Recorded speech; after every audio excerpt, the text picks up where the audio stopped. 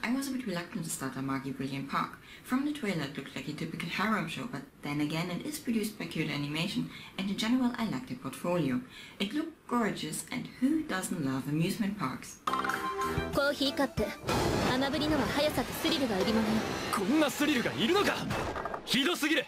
My name is Kristin, this is Hamstako, and today we are taking a closer look at the Amagi Brilliant Park.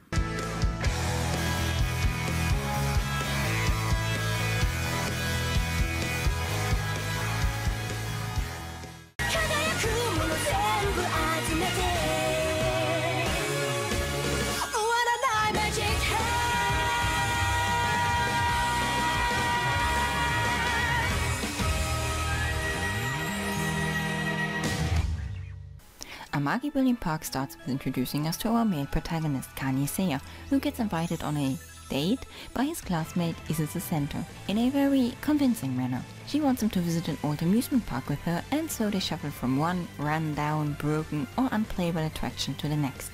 Kanye soon learns that Cento has chosen the park for a reason when he is introduced to the general manager, a 14-year-old girl named Latifa.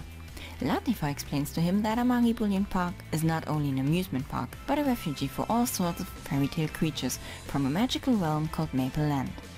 But since the park is about to miss their visitor quota for the 5th year now, it's about to be shut down. So she asks Kanye to become the park manager and save everybody's home.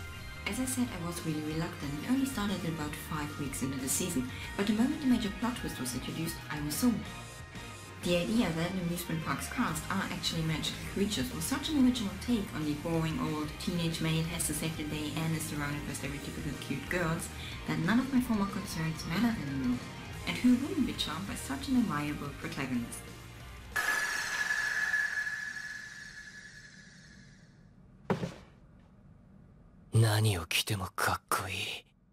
Seiya Kanye is definitely not a perfect human being. He's an arrogant narcissist who can't hold his tongue even if his life depended on it, which is why a lot of his friends have turned their backs on him. Then again, he is easily embarrassed and afraid of heights. He is slightly aware of his flaws and knows how to get along with people, at least on a professional level. The reason I like him so much is that he is basically me or you.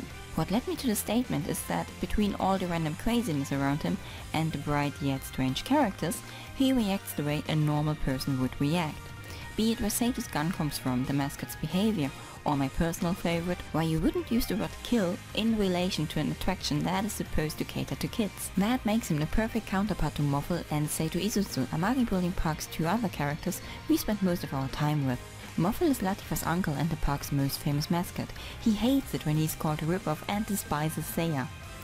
Those cartoony fights and ridiculous verbal exchanges are adding some speed back to otherwise slow episodes, but never too much to seem out of place. It was also necessary to include some kind of struggle between the well-known mascot and the guy nobody knows but somehow is supposed to save the park. While they never really like each other, they at least start to trust and acknowledge the other over the course of the story. Isuzu is a member of Latifa's guard and used to manage the park before, which obviously didn't go so well. Partly due to her lacking communication skills and rather straightforward personality. That doesn't mean she's insensitive, she just doesn't know how to express certain things, then starts to overthink them, and the result can be quite chaotic.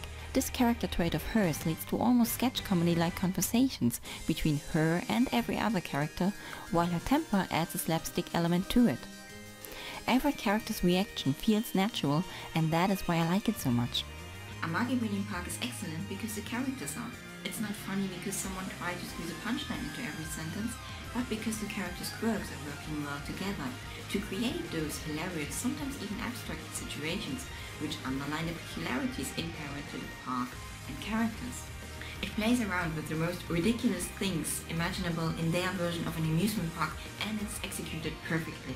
Now, of course, if you wanted to nitpick, you could ask, but if it works so well, why did it have to have so many girls in quite revealing outfits? Simply because someone wanted it that way, and Kyoto Animation is known for giving the masses what they want. In my eyes, most of the humor in Amagi Brilliant Park could have worked just as well if the girls were dressed in turtleneck sweaters and trousers.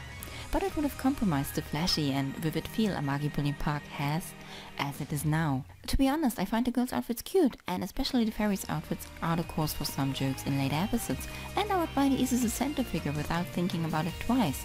Compared to other shows, the entire fanservice thingy is handled quite delicately and plays around with your expectations. In my opinion, it is comparable to the way fanservice is handled in Free. You know it is there, but it doesn't get in the way of the plot most of the time, which is my biggest critique point of the harem genre and which is why I usually try to steer clear of anything that appears remotely harem-y.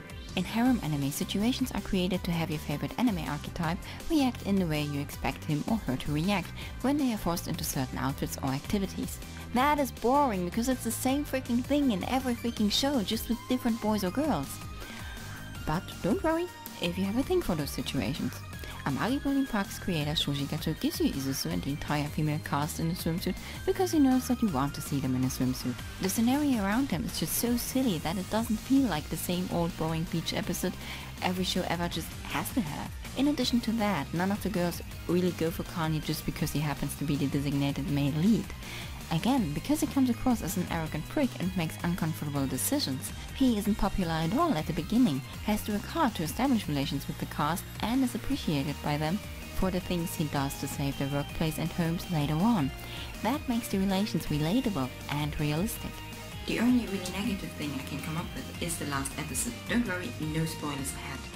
Amagi's story is told within 12 out of 13 episodes, which had me wondering about the plans for the last episode. We get introduced to a secondary conflict throughout the story and I thought they would be addressing that. What I got instead was something that felt a lot like a DVD or Blu-ray exclusive OVA. Though still entertaining, it was like a step back from everything that had happened so far and way too similar to things they had done in earlier episodes. In my eyes it was a complete letdown as a season finale. So let's wrap this up before I really start spoiling things, since I don't want to be a Hollywood trailer which shows you all the funny bits and bobs.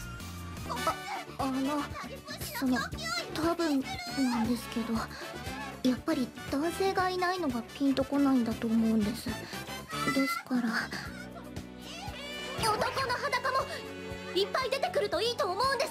え？できればビキニパンツで濃厚に絡み合う感じで、特に上腕二頭筋とか大胸筋にはこだわって。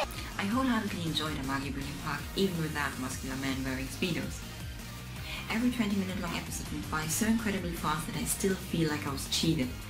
It's just so colorful and all over the place that you don't realize how much time has already passed. So I have no other choice than to recommend this to you, especially if you are a fan of Shoji Gato and the Fullmetal Panic franchise, the second season of which was produced by Kyoto Animation as well. I didn't even talk about how great Amagi Brilliant Park looks, but believe me, it's top-notch and I demand a fountain or Ferris wheel in the background of every shot in every Kyoto Animation anime from now on. With all my praise in mind, it's even worse that none of the leading streaming services have picked this up yet, but if there happens to be a home release in the future, I'll let you know down in the description or somewhere around here. In my next video I have 5 more shows I would advise you to check out from this year's fall season, so don't forget to subscribe and I will see you next time. Close your